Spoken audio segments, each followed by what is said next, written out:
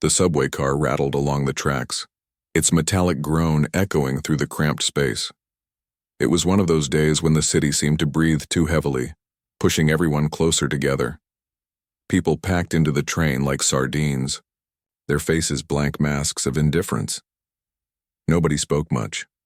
They just stood or sat quietly, trying not to make eye contact with anyone else. It was easier that way. Safer.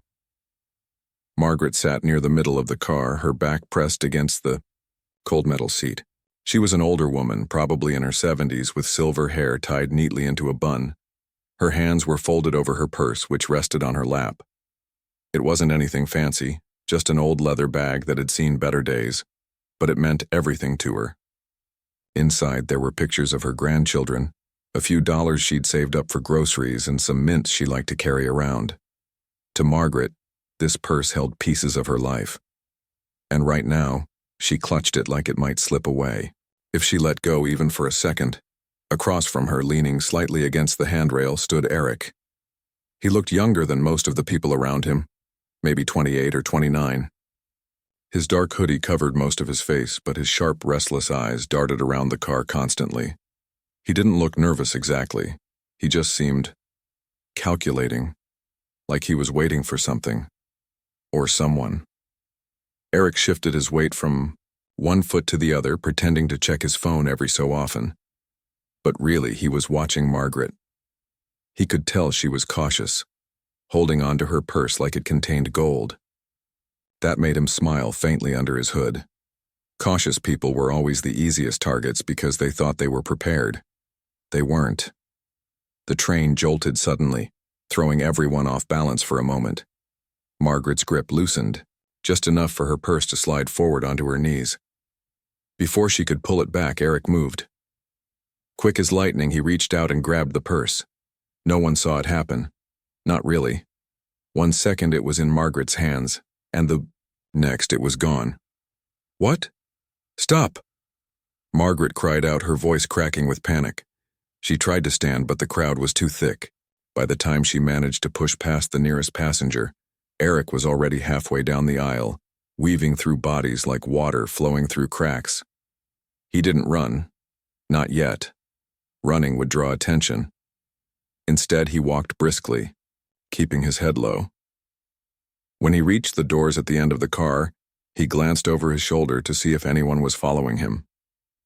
Most of the passengers were either staring at their phones or pretending not to notice what had happened. Only Margaret was making any noise, her cries growing louder as she struggled to move through the crowd. But then Eric noticed something, or rather, someone, that made his stomach tighten.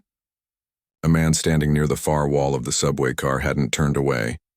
He was tall, broad-shouldered, and wore dark sunglasses despite being indoors. His arms were crossed, and though his posture was relaxed, there was something about him that felt dangerous. For a split second, their eyes met. Eric froze, unsure whether the man had seen what he'd done. Then the train lurched again and the doors slid open. Without wasting another moment, Eric stepped onto the platform and disappeared into the throng of commuters. Back inside the subway car, the tall man uncrossed his arms. Underneath his calm exterior, his jaw tightened ever so slightly. He didn't like thieves, especially ones who preyed on the weak. Pushing off the wall, he began moving toward the exit, brushing past startled passengers as he went.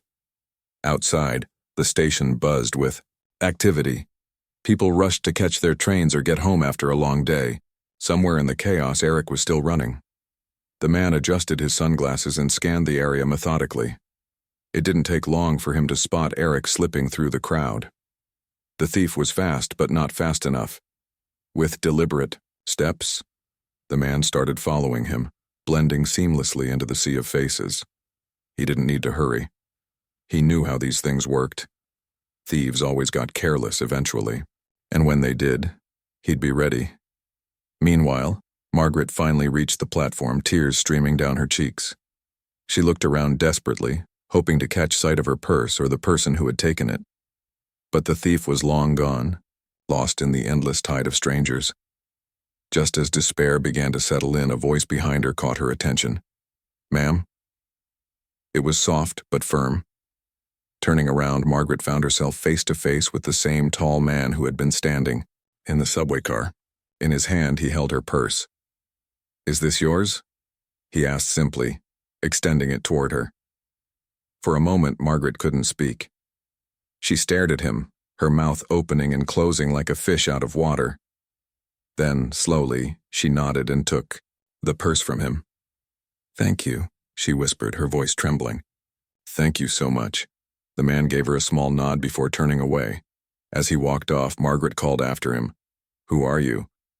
He paused briefly, glancing over his shoulder. "Just someone passing through," he said. Then he disappeared into the crowd, leaving Margaret clutching her purse and wondering if she'd just encountered an angel, or something else entirely. Unbeknownst to Margaret, the man's work wasn't done yet. Far ahead, Eric continued to flee, unaware that he was being hunted. And somewhere in the shadows, a larger game was about to begin, one that would test not only Eric's survival instincts but also the mysterious stranger's resolve. The man moved quickly but didn't rush. He knew better than to draw attention to himself. People were already staring, some because they'd seen the thief sprint past them, others because they sensed something unusual was happening. But the man kept his head down, his sunglasses shielding his eyes as he scanned the crowd ahead. Eric, the thief, was fast. He darted up the escalator 2 steps at a time, weaving through commuters who barely had time to react before he was gone. His hoodie slipped back slightly, revealing a thin face glistening with sweat. He glanced over his shoulder once just to make sure no one was following him. When he saw the tall man still trailing behind, his heart sank. How could this guy be so close? Eric clenched his teeth and pushed harder, gripping the stolen purse tightly in one hand. The man didn't seem bothered by Eric's speed. If anything, he looked almost bored. His strides were long and deliberate, eating up the distance between them without any sign of effort. Passengers parted instinctively as he approached, sensing that getting in his way would be a bad idea. There was something about him, his posture, the set of his jaw, that screamed danger. Even Eric could feel it, though he tried to ignore it. By the time Eric reached the top of the escalator, he was panting. The station above ground was even busier than the platform below. Rush hour hadn't ended yet, and the streets outside were clogged with cars honking impatiently. Eric hesitated for a moment, unsure which direction to go. Should he head for the exit? Or maybe duck into one of the nearby shops? Either way, he needed to lose the man chasing him, and fast. He chose the exit. Bolting through the turnstiles, he burst out onto the sidewalk, nearly colliding with a group of teenagers laughing and scrolling through their phones. They shouted protests as he shoved past them, but Eric didn't care. All that mattered now was putting as much distance between himself and the man as possible. Outside, the air was crisp and cool, a welcome change from the stuffy confines of the subway station. Streetlights flickered faintly in the gathering dusk, casting long shadows across the pavement.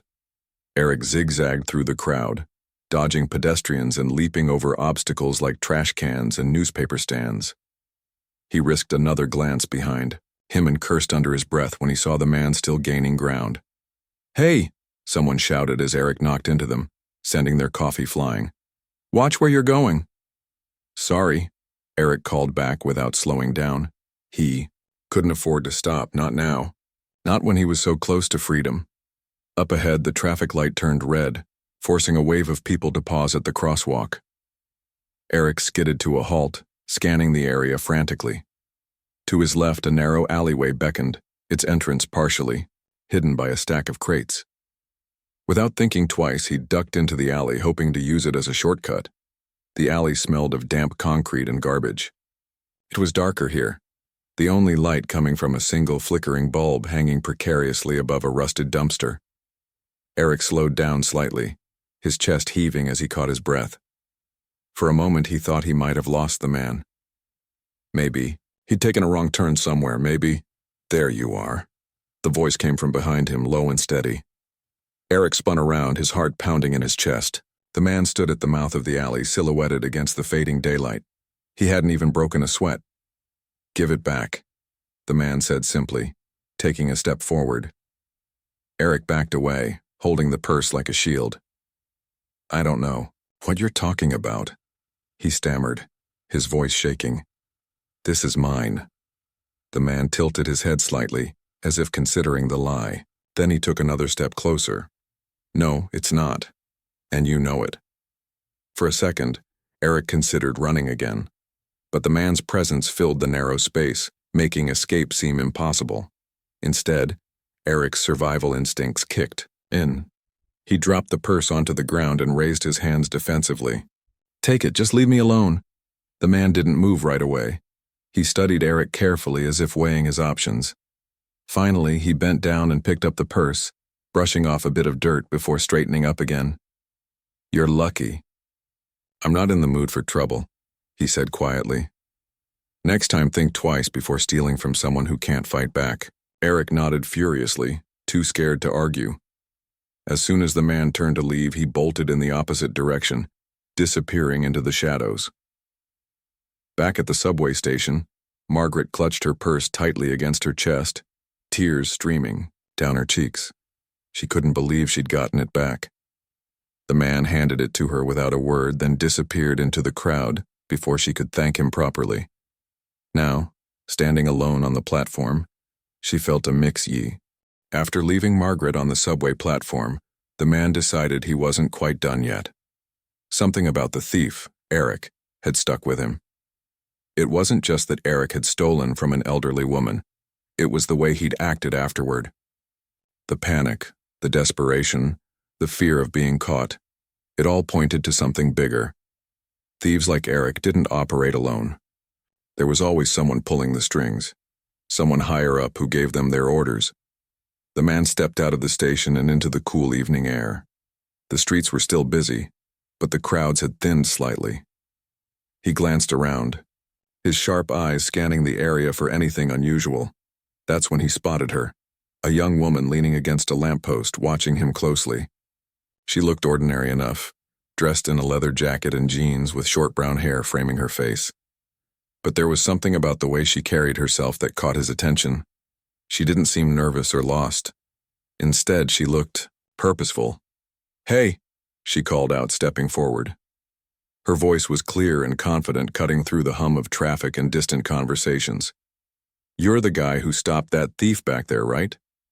The man stopped walking, but didn't respond immediately. He studied her carefully, taking in every detail, the slight crease between her eyebrows, the way her hands rested casually at her sides, ready to move if needed. Finally, he nodded once. Yeah. She smiled faintly, though it didn't reach her eyes. I'm Lisa, she said, extending a hand. Freelance investigator. I saw what happened on the subway. He shook her hand briefly, his grip firm but not aggressive. And you are? She asked, raising an eyebrow. He hesitated for a moment, before answering. Jason. Well, Jason, Lisa said, dropping her hand. That thief you stopped? He's part of something bigger, a gang that's been terrorizing this city for months. They target vulnerable people, elderly folks, tourists, anyone they think won't fight back. Jason frowned slightly. And you know this how? Lisa gestured toward a nearby cafe. Let's talk somewhere quieter. I'll explain everything. They found a quiet corner booth inside the cafe, away from prying ears. Lisa pulled out a small notebook filled with scribbled notes and sketches. This gang operates in groups, she explained, flipping through the pages. They pick high-traffic areas like subways, bus stops, and parks. One person distracts the victim while another grabs whatever they can. Then they split up, making it harder for anyone to catch them. Jason listened silently, his expression unreadable behind his sunglasses. When Lisa paused, he leaned forward slightly. Why are you telling me this? Because I could use some help, Lisa admitted. I've been tracking these guys for weeks, but I can't do it alone. You handled yourself pretty well back there. Thought maybe you'd be interested in lending a hand. Jason considered her words for a moment. Normally, he avoided getting involved in other people's problems. But something about Lisa's determination, and the fact that Eric was likely tied to something much darker, made him hesitate. What's your plan? He asked finally. Lisa grinned, clearly pleased that he hadn't turned her down outright. First, we find Eric. He might not be the brains behind the operation, but he knows who is. Once we get him talking, we can work our way up the chain. And if he doesn't want to talk? Jason asked, his tone neutral. Lisa shrugged. Then we make him talk. Jason nodded slowly. He liked her confidence, even if it bordered on reckless. Where do we start? Lisa pulled out her phone and opened a map app. Eric's probably hiding somewhere close by. Guys like him don't go far after a job unless they absolutely have to. My guess? He's holed up in one of the cheap motels downtown. Lead the way, Jason said, standing up. The motel Lisa had in mind was exactly what Jason expected. Dingy, run down, and practically invisible unless you were looking for it. The neon sign above the entrance flickered weakly, spelling out vacancy in uneven letters. A few cars were parked haphazardly. In front, their paint jobs faded and dented. This place screams trouble, Lisa muttered as they approached the lobby. Perfect spot for someone like Eric to lay low. Inside, the air smelled faintly of mildew and cigarette smoke. The receptionist, a bored-looking man in his 50s, barely glanced up as they entered. Lisa flashed him a disarming smile. Hi there, we're looking for someone. Maybe you've seen him? She held up a grainy photo of Eric on her phone. The receptionist squinted at it, then shrugged. Could be room 14. Guy matching that description checked in earlier today. Thanks, Lisa said, slipping a crumpled bill across the counter. The receptionist pocketed it without a word. Room 14 was at the far end of the hallway, its door slightly ajar. Lisa knocked lightly, but there was no answer. She exchanged a glance with Jason, who nodded once. Together, they pushed the door open and stepped inside. The room was empty, or so it seemed at first. Clothes were strewn across the floor and a half-eaten burger sat on the bedside table. In the corner, a laptop hummed softly, its screen displaying a series of messages from someone named Vince. Bingo, Lisa whispered, picking up the laptop. Looks like Eric's been communicating with his boss. Jason scanned the room quickly, noting the lack of personal belongings. Whoever Eric was, he traveled light. He won't be coming back here, Jason said. We need to figure out where he's gone next. Lisa nodded, her fingers flying over the keyboard as she sifted through the files. If we can trace these messages, we might be able to track him down. And Vince, too. Do it, Jason said, simply. I'll keep watch. As Lisa worked, Jason stood by the window, keeping an eye on the parking lot below. Something told him they were running out of time.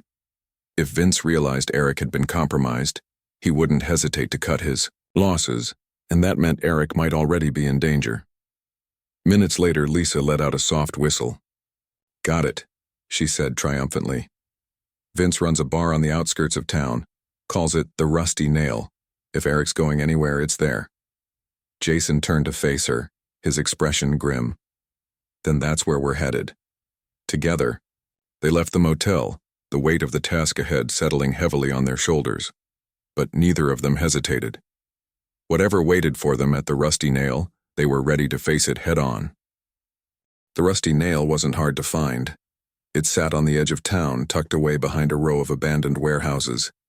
Its neon sign buzzed faintly in the night, casting a red glow over the cracked pavement outside.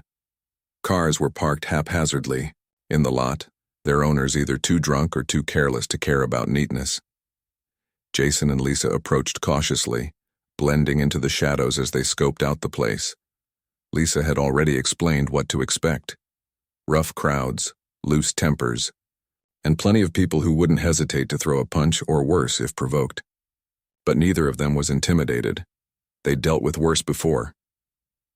Stay close, Jason murmured as they reached the door. His voice was low, barely audible over the distant hum of traffic and the faint strains of music leaking from inside. Lisa nodded, pulling her leather jacket tighter around herself as if bracing for what lay ahead. Inside, the bar was exactly as Lisa had described, dark, noisy, and packed with people who looked like they belonged nowhere else. The air smelled of stale beer and cigarette smoke, clinging to everything it touched. Flickering overhead lights cast long shadows across the room, making it hard to see clearly.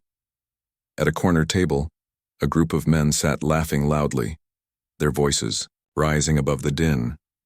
Among them was Eric, looking even more nervous than before. He kept glancing toward the door as if expecting trouble to walk in at any moment. "He's here," Lisa whispered, nodding toward Eric. She slipped her phone back into her pocket and leaned casually against the bar, pretending to scroll through social media. Jason lingered near the entrance, his posture relaxed but alert. His sunglasses reflected the dim light, hiding his eyes as he scanned the room. Eric hadn't noticed them yet. He was too busy trying to blend in with the gang members surrounding him. Every so often, one of them would slap him on the back or crack a joke, but Eric didn't laugh.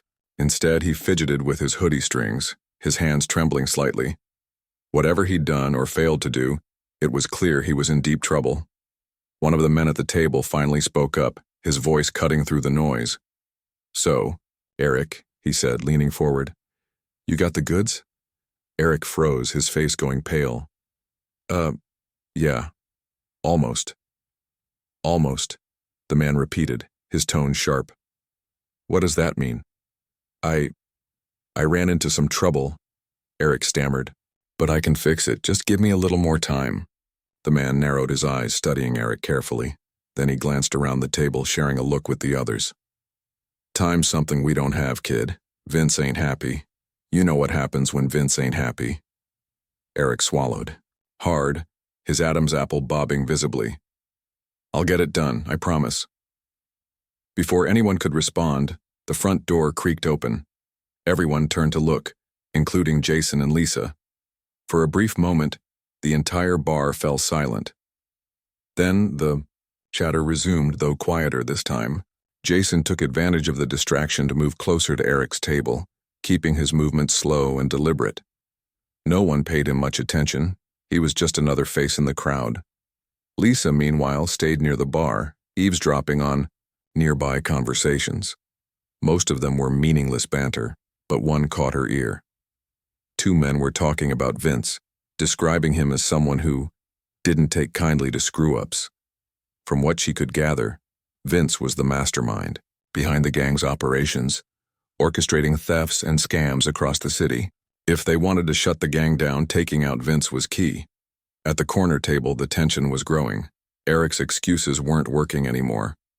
One of the men stood up abruptly, grabbing Eric by the collar. "You're coming with us," he growled. "Vince wants to see you." "No!" Eric protested, struggling to break free. But the man's grip was ironclad. He dragged Eric toward the back of the bar, where a narrow hallway led to a private room. Jason watched silently, waiting for the right moment to act. When the group disappeared into the hallway, he signaled to Lisa, who nodded once before slipping away to find another way in. The hallway was darker than the main room, its walls lined with peeling paint and exposed wiring. Jason followed at a safe distance, staying in the shadows. Voices echoed from behind a closed door at the end of the hall. He pressed himself against the wall, listening carefully. "You really messed up this time, Eric," a deep voice said. It had to be Vince. "First you let some old lady keep her purse, then you lose it completely. What am I supposed to do with someone like you?" "I swear I'll make it right," Eric pleaded. "Just give me one more chance." There was a pause, followed by the sound of a fist hitting flesh. Eric cried out in pain, his voice muffled by the thick wooden door. Jason clenched his jaw, his fists tightening at his sides. He hated bullies, and this Vince sounded like the worst kind.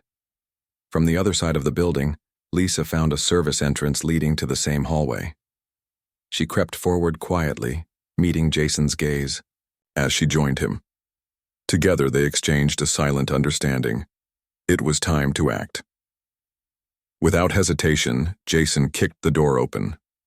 It slammed against the wall with a loud bang, startling everyone inside.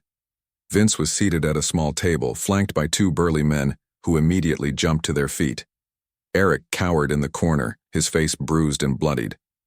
"What the hell?" Vince barked, standing up. "Who are you?" Jason stepped into the room, his presence commanding. "Someone who doesn't like thieves." Vince smirked, though there was a flicker of unease in his eyes. Big talk for someone walking into my territory.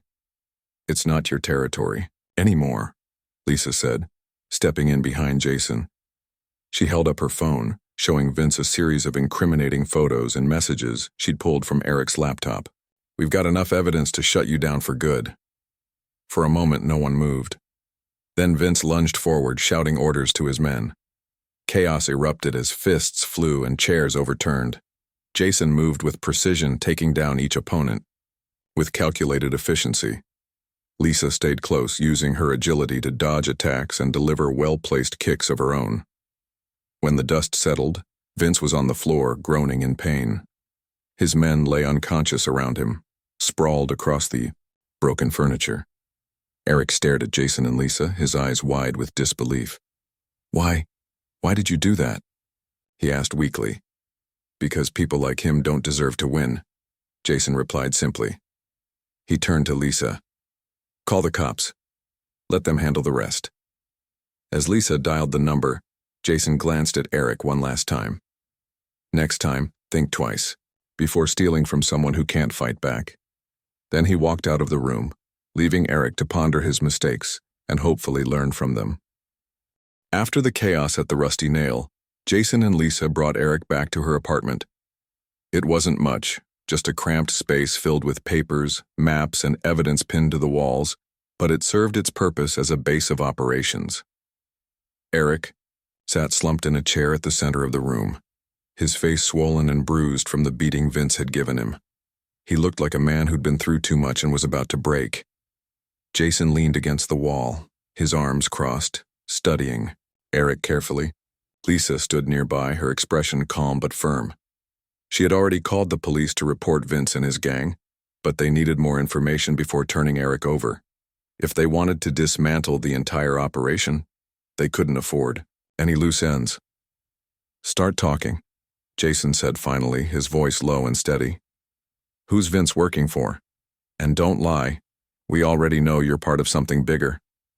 Eric hesitated, his eyes darting between Jason and Lisa. For a moment, it seemed like he might refuse to answer, but then he sighed, his shoulders sagging in defeat. Vince, he's just a middleman. He takes orders from someone higher up. Higher up? Lisa repeated, stepping closer. What's the name? I don't know, Eric exclaimed, raising his hands defensively. Nobody knows who it is. They call him the broker. He never shows his face. He sends instructions through encrypted messages and Vince carries them out. Jason frowned slightly. This wasn't what he'd expected. A shadowy figure pulling strings from behind the scenes meant their job was far from over. What kind of instructions, he asked. Jobs, Eric muttered. Stealing, scam, smuggling, you name it. We hit targets all over the city. Tourists, old people, anyone easy to take advantage of. The broker tells us where to go, who to hit, and how to get away clean. And if things go wrong, Lisa pressed, what happens then? Then Vince gets mad, Eric said bitterly. And when Vince gets mad, well, you saw what happened tonight.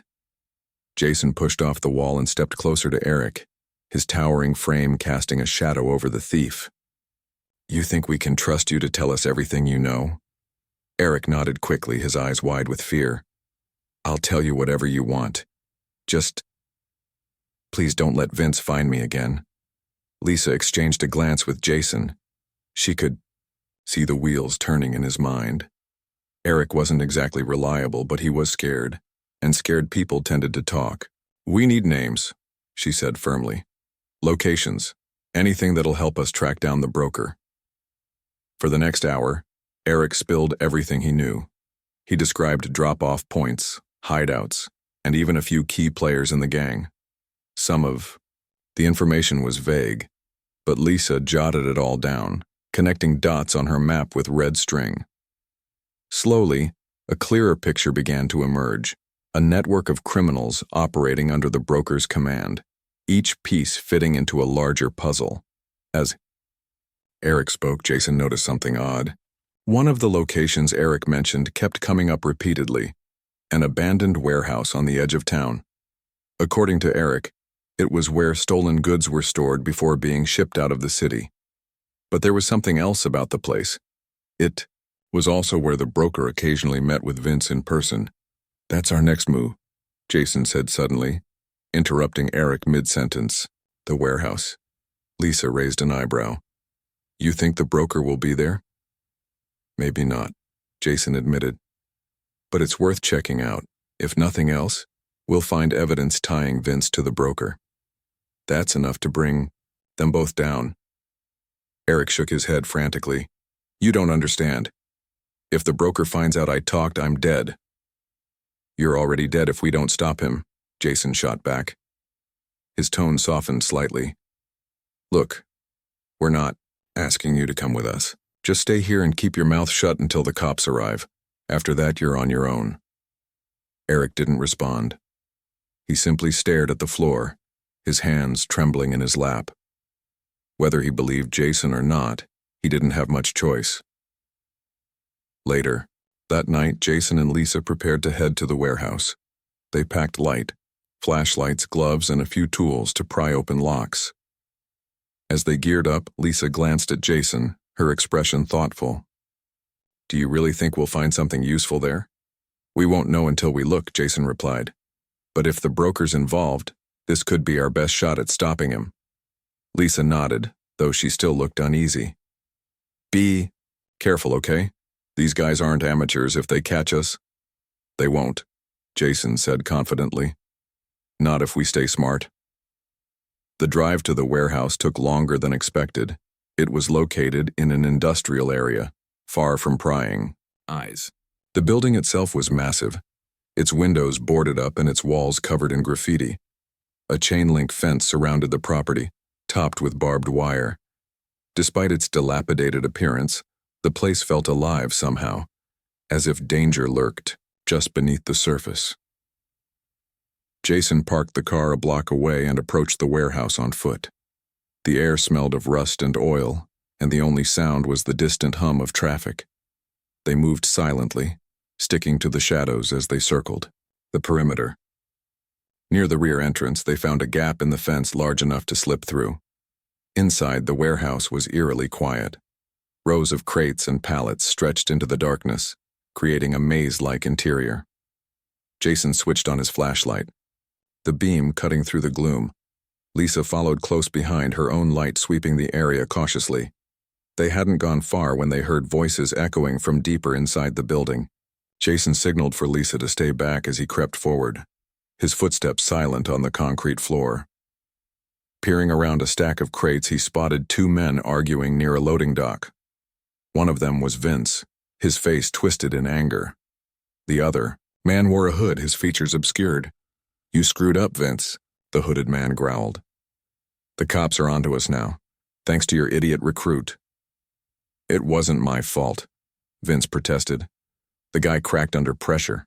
What was I supposed to do? The hooded man shook his head. Clean this mess up, or else. Before either of them could say more, Jason made his move. Moving swiftly, he disarmed one of the men and knocked him unconscious with a single punch. Vince tried to run, but Lisa intercepted him, pinning him to the ground. The hooded man froze, realizing he was outnumbered. Who are you? The hooded man demanded, his voice sharp. The ones ending your little operation, Jason replied calmly. Then without hesitation, he pulled back the man's hood, revealing his face. It was someone neither of them expected, a well-dressed businessman with slicked back hair and cold, calculating eyes. You've made a big mistake, the man said, smirking despite the situation. You have no idea who you're dealing with, Jason smiled faintly. Oh, I think we do. The man under Jason's grip didn't look like much of a criminal, at least not at first glance. He was clean-shaven, wearing an expensive suit that seemed out of place in the grimy warehouse. His slicked back hair and polished shoes hinted at wealth and power, but his cold, calculating eyes betrayed a darker side. This was the broker, the mastermind behind the gang's operations, and he wasn't happy about being caught. You've made a big mistake, the broker repeated, his voice dripping with arrogance. You think taking me down will stop anything? I'm just one piece of a much larger machine. Jason tightened his grip on the man's collar, pulling him closer.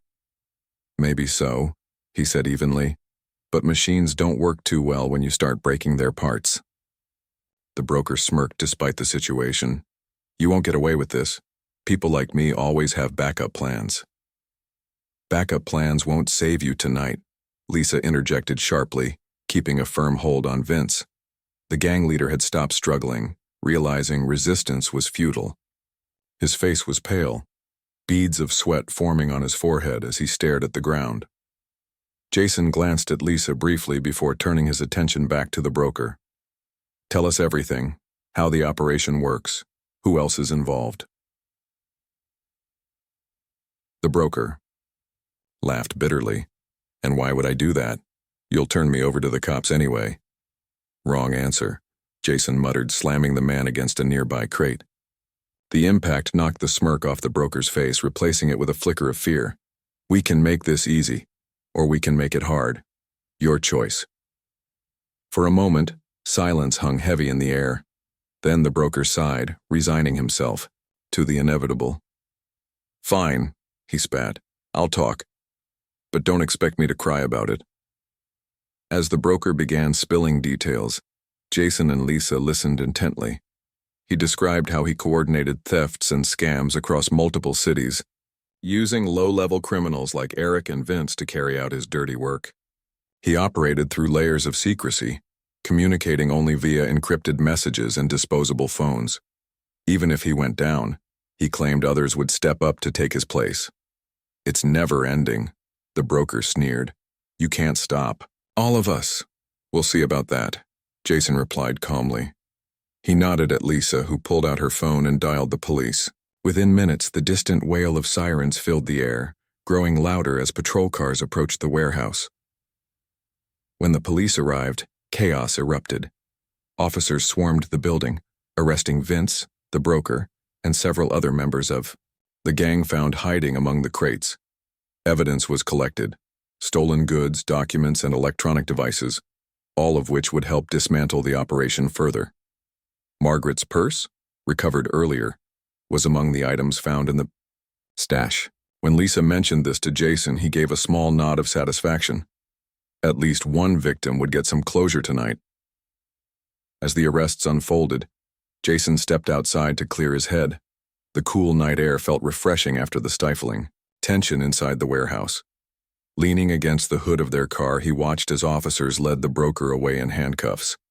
The man shot him a final glare before climbing into the back of a squad car, but Jason barely noticed. His mind was already moving on to what came next. Lisa joined him a few moments later, brushing her hands together as if wiping away the grime of the evening. Well, that's that, she said with a tired smile. What now? Jason shrugged. Now we let the system handle them. Our job's done here. Lisa raised an eyebrow. And you? What happens to you? Got another city to save? Something like that, Jason said vaguely.